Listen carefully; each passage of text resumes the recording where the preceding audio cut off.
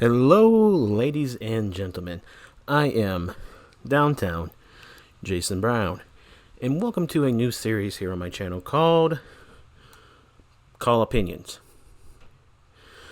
Pretty much, this series is just me giving my opinions, my thoughts, and also ideas of Call Wrestling. Now, what sparked me to make this video is something that I've been wanting to discuss for a while, and that is the third type of call character. Now you're wondering, Jason, what the hell are you going on about? The third type of call wrestler? Well, in call wrestling, there are two types of call feds. Actually, technically three types. There is the original, fantasy, and hybrid.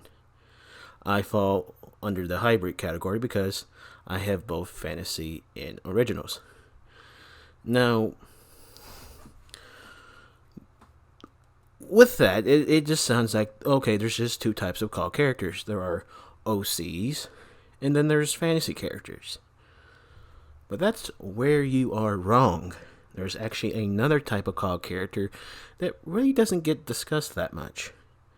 That being the original fantasy. Now, you are probably sitting there wondering, what is an original fantasy? Well, think about games like Skyrim, like Saints Row, like Fallout, like Xenoverse.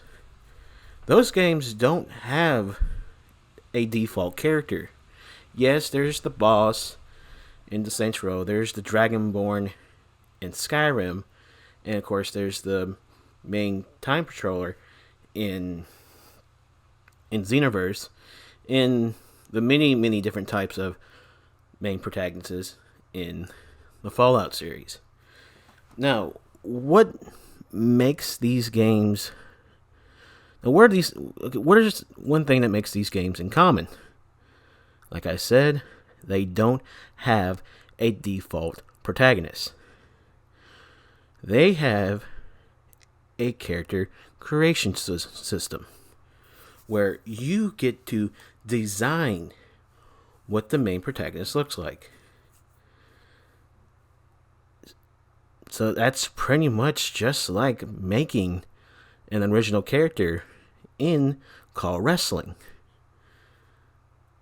So, by that stat, or by that little bit of information right there, you can actually use that to make the original fantasy character or the hybrid character, to make things a little bit more simple. Now, for an example of original fantasy / hybrid characters, Claudio Dragonheart, probably one of my biggest characters in my league. Claudio, his main backstory is he is the Dragonborn. He is from Skyrim. Hell, even before he became Claudio, he was just Dovahkiin. And here's the thing about Dovahkiin, Claudio. He wasn't really my original character from my Skyrim game. Dovahkiin was just the default character that you see in the commercials. The only difference was he didn't have blonde hair. He just had black hair, because I thought black hair looked better. It wasn't until the whole "oh, it's okay" thing I started up with D-Wall that I decided to, you know what? Instead of it just being the default Dovahkiin from the trailers, he's gonna be the Dragonborn from my Skyrim games. Now, I've been playing Skyrim since 2013. Yeah, it was 2 years late into the trend, but the game's been around for now, 10 years? Going this November 11th? So, yeah, I wasn't that late into the party. So,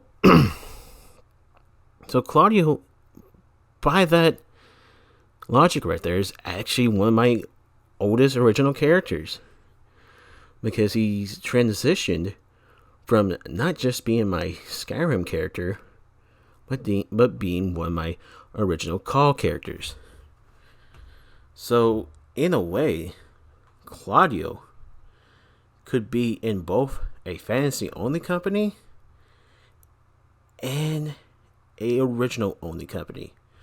When he's in the fantasy, he can just be Dovahkiin. When he's in an original, he can be Claudio. And here's the thing about the hybrid character. Since it does classify as a fantasy, however, it has the golden rule of the original. Do not steal. Meaning, yes, he may be a fantasy character. And yes, fantasy characters are free game, for the most part. But since he also classes as an original, that is my Dovahkiin. He's no one else's. He's not D-Walls. He's not Hit Kids. That Dovahkiin is mine. But that is the beauty of all this. Even though no one else can claim Claudio except for me, that does not mean no one else can use their own Dovahkiin. Because in the game, the Dovahkiin, even though he's a default Nord, you can make him any way you want. You can name him anything you want. His story, her story, their story, it's all up to you. So Claudio is a case of a fantasy turned original and pretty much becoming, a hybrid character. Another example of this, but I think this now classifies her more as an original, is Annie. Now, her original run in UWL, she was Anastasia from the Rumble Roses games. But as my story started to progress with D-Wall, it became clear that she needed some tweaks. One thing, she could not be Anastasia from the Rumble Roses game. Now, I still wanted to have that connection there, so Annie became the daughter of the original Anastasia.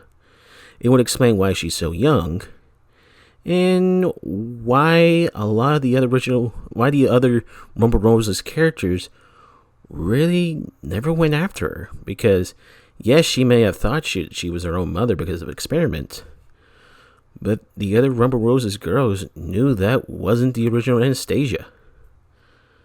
So, Annie became an original. Now, the difference between Annie and Claudio is, Annie, I could classify her as 100% original now. Because, yes, she started off as a fantasy character, but she's more of a fanfic character, if anything. Because if you look at the Rumble Roses game, two of them, there's really, I think there's a character creation in Rumble Roses XX, but there's no story mode. So even if I make her in Rumble Roses XX, that technically doesn't really make her a character in that world. Because if there was a storyline where the main protagonist was your created character, then yeah, she'd be classified as a hybrid character.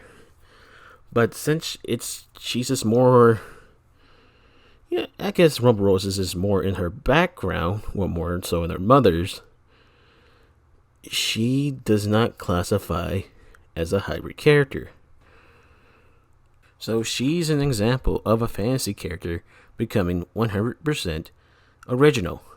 Even though she has a little bit of a fantasy in her backstory, she's my creation through and through.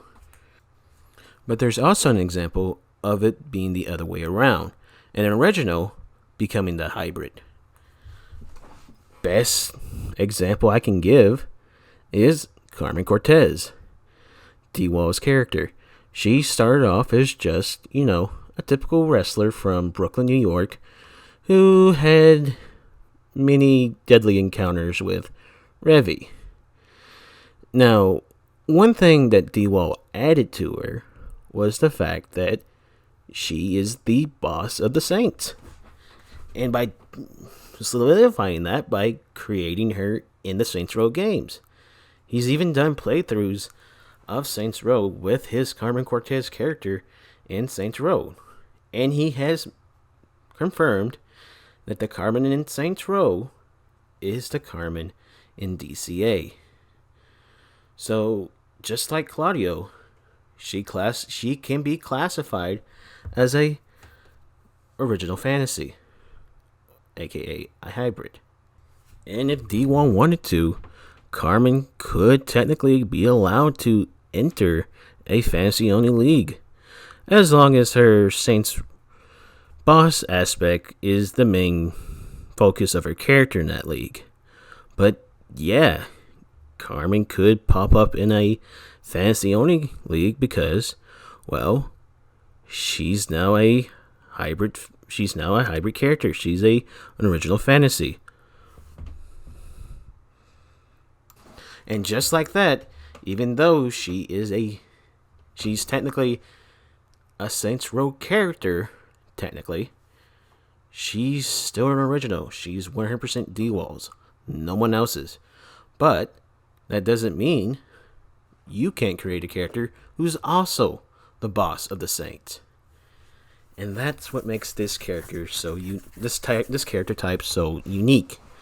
Because, yeah, you can do the typical backstory of an original character, but with games like Xenoverse, Fallout, Skyrim, the Saints Row series, and many, many others that have this concept of where you get to create the character, it can add so much new elements to CAW.